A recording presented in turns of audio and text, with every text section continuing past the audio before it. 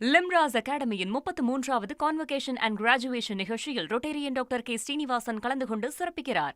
சென்னையில் காற்றுடன் கனமழை பெய்து வருவதால் தரையிறங்க முடியாமல் வானில் 6 விமானங்கள் வட்டமடித்து வருகின்றன. சென்னை விமான நிலையத்தில் காற்றுடன் கனமழை பெய்து வருவதால் தரையிறங்க முடியாமல் வானில் 6 விமானங்கள் வட்டமடித்து வருகின்றன.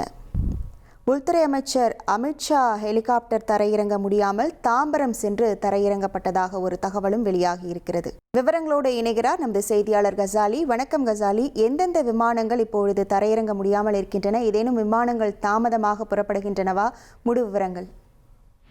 சென்னை மீனம்பாக்கம் விமான நிலையம், மீனம்பாக்கம், திருசூலம், பல்லாவரம் போன்ற பகுதிகளில் பிற்பகலிருந்து கலத்த காற்றுடன் மழை பெய்து வருகிறது. இதனால் சென்னை மீனம்பாக்கம் விமான நிலைய பகுதியில் மோசமான வானிலை காரணமாக டெல்லி, கோவா, அந்தமான், ஹைதராபாத், திருச்சி, கொச்சி போன்ற நகரிலிருந்து சென்னைக்கு வரக்கூடிய விமானங்கள் தரையிறங்கமாக வானில் வட்டமடிக்கின்றன.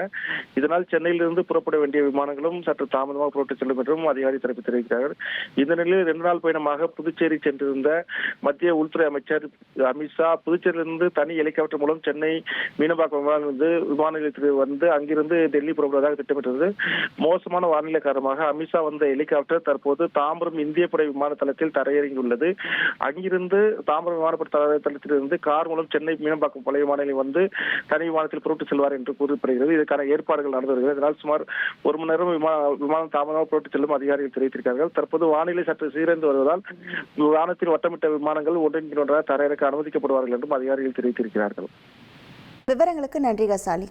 லிம்ராஸ் அகாடமியின் 33வது கான்வகேஷன் அண்ட் கிராஜுவேஷன் நிகழ்ச்சியில் ரொட்டேரியன் டாக்டர் கே ஸ்ரீனிவாசன் கலந்து கொண்டு சிறப்பிக்கிறார்.